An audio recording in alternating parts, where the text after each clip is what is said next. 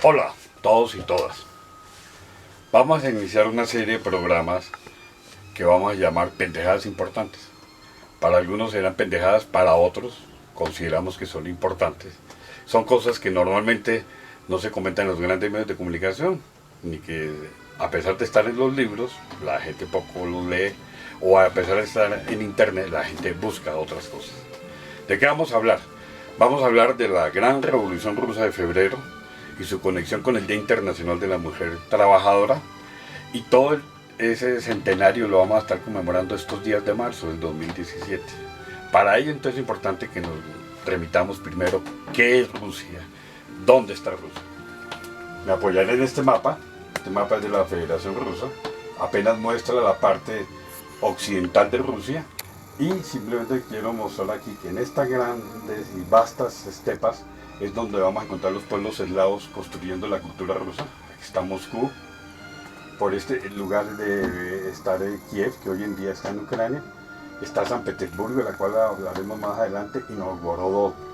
Este fue el centro y el epicentro de la gran cultura eslava que se adhirió al cristianismo ortodoxo, y por ello se constituyó en una barrera cultural para frenar los avances de los pueblos tártaros y mongoles que venían del centro de Asia. Este es el lugar de la cultura rusa, cultura magnífica que se ha expresado en literatura, en autores como Turgenev, como Tolstoy, Dostoyevsky, Gorky, Nicolás Gogol, pero que no vamos a referirnos en detalle a ello. Solo vamos a nombrar entonces San Petersburgo, que va a ser el escenario de nuestros acontecimientos. Aquí está un mapa de la ciudad de San Petersburgo.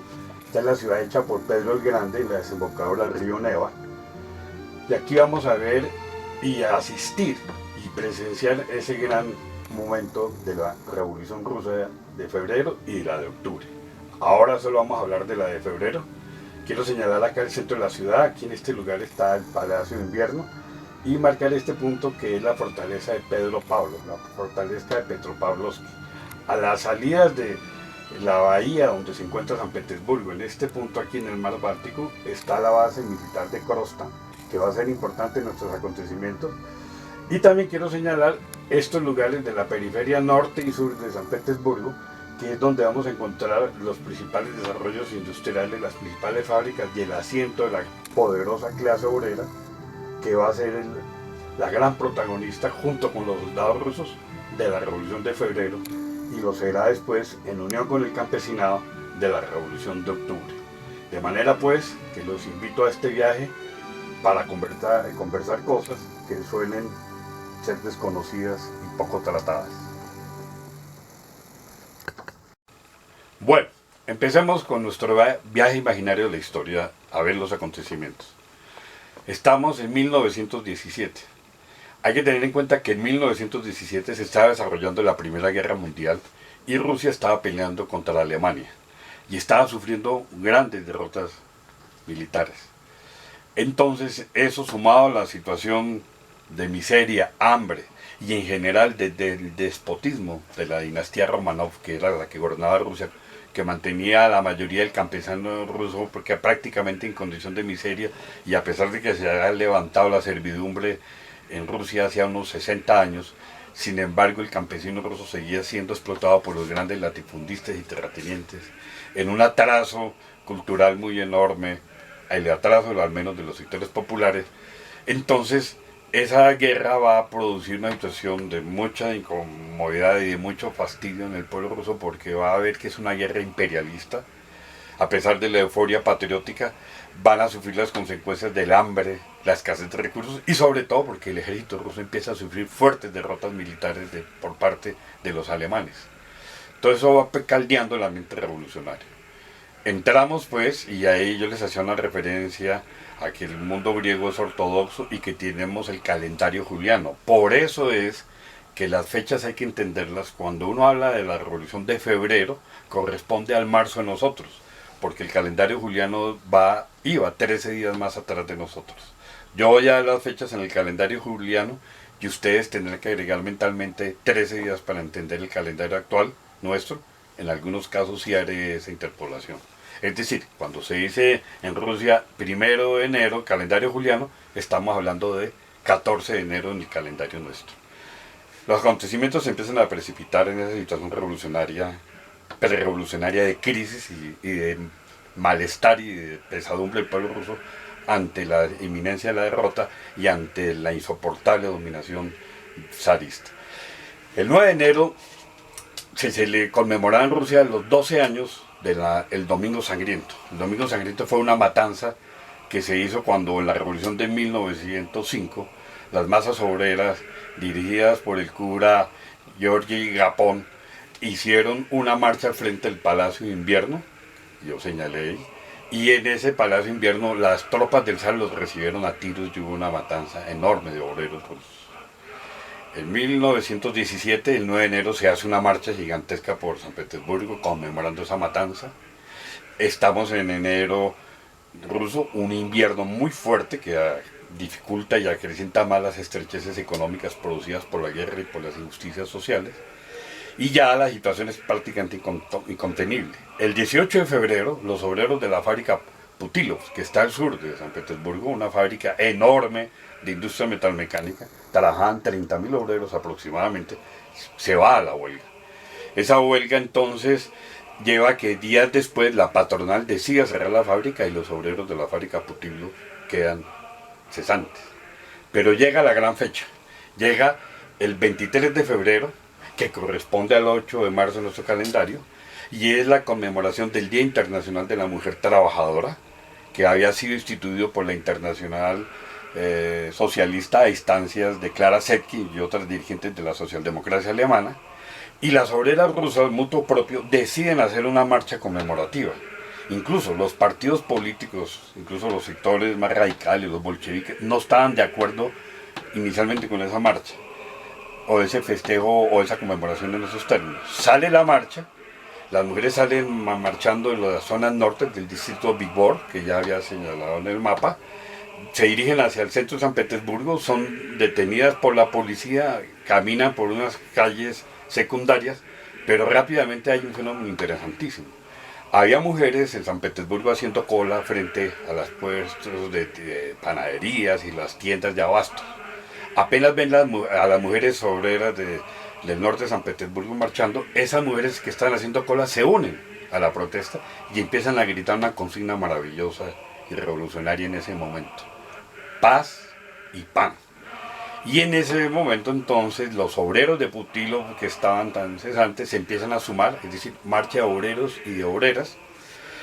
Se inicia ya por la tarde concentraciones fuertes de obreros y allí los primeros conatos de enfrentamiento con algunos destacamentos de las tropas zaristas y particularmente la policía de San Petersburgo. Sin embargo, hay que empezar a señalar lo siguiente.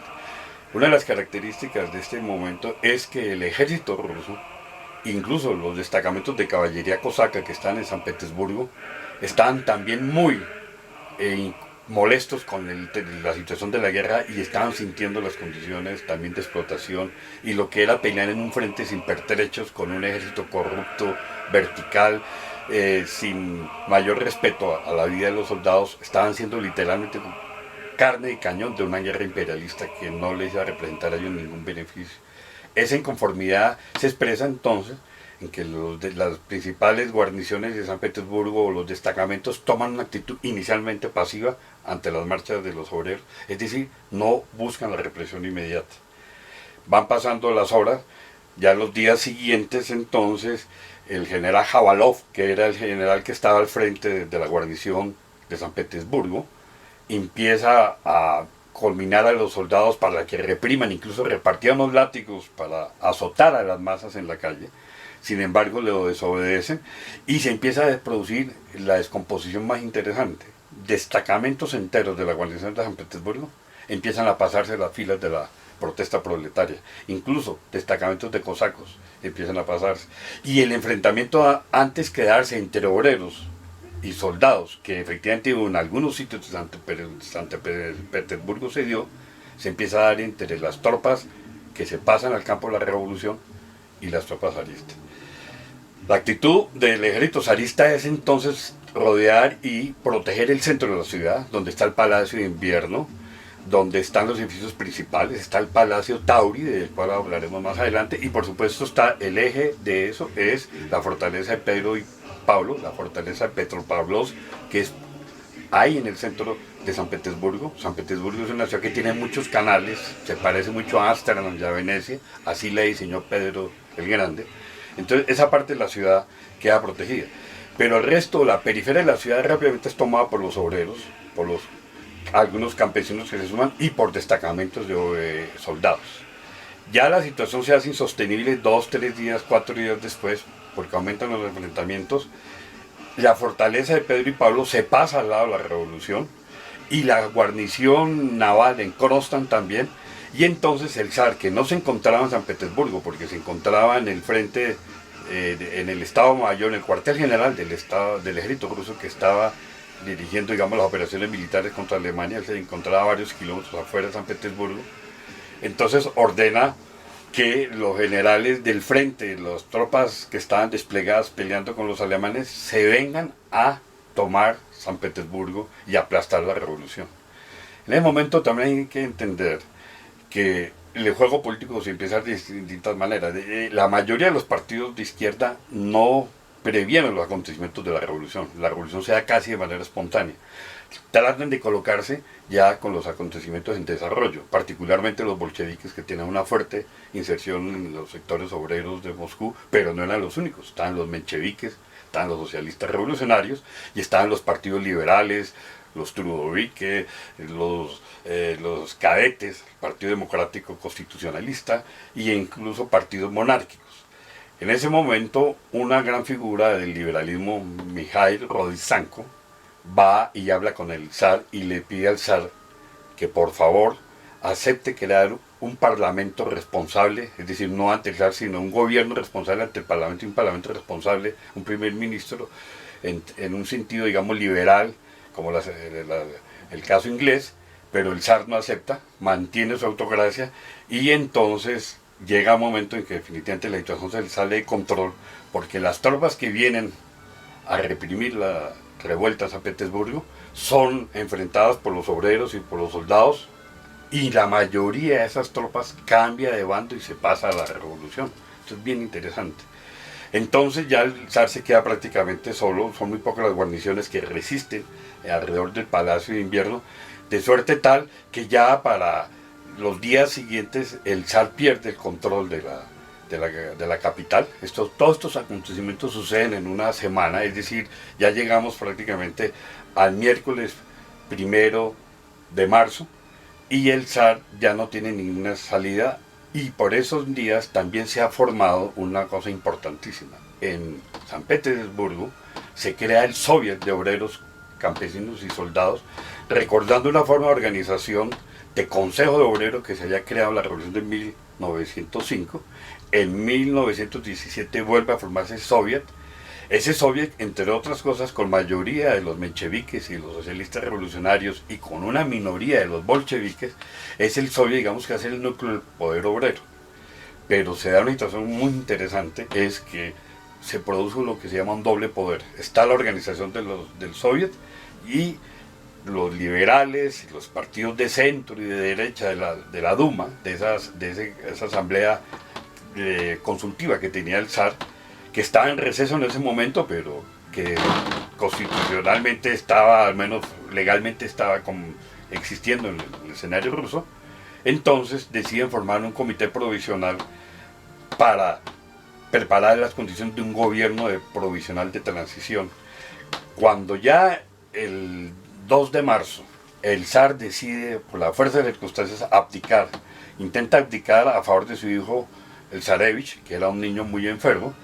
Después lo convence que eso es imposible, abdica finalmente a favor de su hermano, el Gran Duque Miguel. Gran Duque Miguel, con mucha inteligencia, resuelve rehusar la corona porque sabe que si de aceptarla no se le podría garantizar la vida ante una revolución mucho más fuerte y beligerante, que para nada en este momento ya quería tener la figura del zar. De tal manera que ya para el 2 y 3 de marzo, en el calendario juliano, 15 y 16 de marzo en nuestro calendario gregoriano, cae la gran monarquía despótica, el régimen de los Romanov, el régimen de Nicolás II, y se constituye ya entonces esa fase de la revolución democrático-liberal en Rusia. Ya más adelante habrá ocasión de comentar cómo a lo largo de febrero, marzo y abril se van dando los acontecimientos hasta llegar a la gran revolución de octubre, la revolución socialista, es así comandada por los bolcheviques. Basta terminar diciendo que cuando se dan todos estos acontecimientos, ni Trotsky ni Lenin están en San Petersburgo. Lenin estaba exiliado en Suiza, regresa precipitadamente con apoyo alemán en medio de la guerra con Rusia, atraviesa Alemania en un tren precintado, un tren bloqueado para que no se bajara nadie, llega por Suecia y llega por Finlandia y llega en abril de 1917 a San Petersburgo y se coloca al frente de la revolución. Pero eso es otra historia que quizás la comentaremos más adelante. Eso es todo. Muchas gracias.